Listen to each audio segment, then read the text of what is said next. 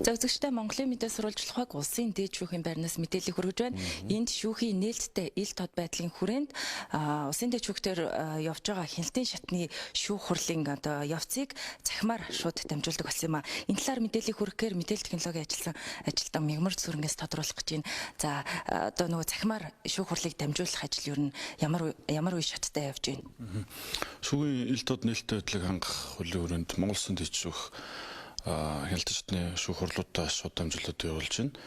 За шууд дамжуулалтын систем маань бол танхимдаа 5 камер байрлуулад тэгээд танхимынхаа гаднаас удирдах тэр 5 камераараа удирдах явж байгаа.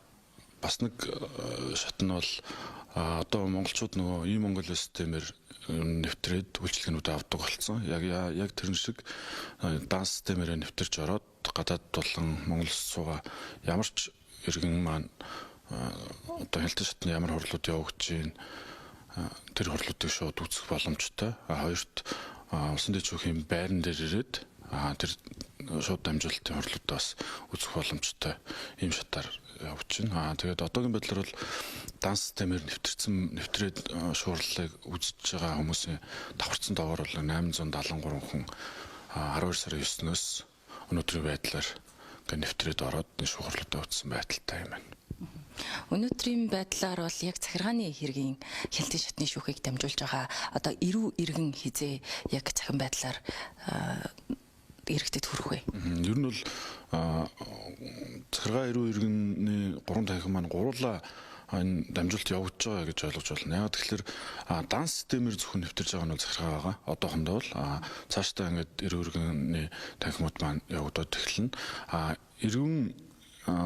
Иргэний танхим, эрүүгийн танхим хоёр маань бол доор манай байрны нэг давхарт бол гараад ингээд явж байгаа гэж ойлгож байна. Данс системээр явж байгаа нь л захиргаа гэж байна.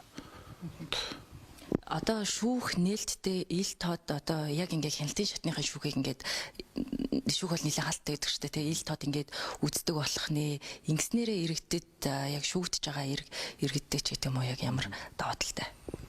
Тэ иргэдийн одоо эрх зүйн боловсролыг мэдээж нэгдүгüртээ ишлүүлэх тэгээд энэ чинь нөгөө иргэн төвтэй шүүх байгуулах тэр одоо алхмыг л бид нар баг багаар урьдчилуулаад явж байна л гэж ойлгох хэрэгтэй. За мэдээлэл өгсөн баярлалаа. За баярлалаа.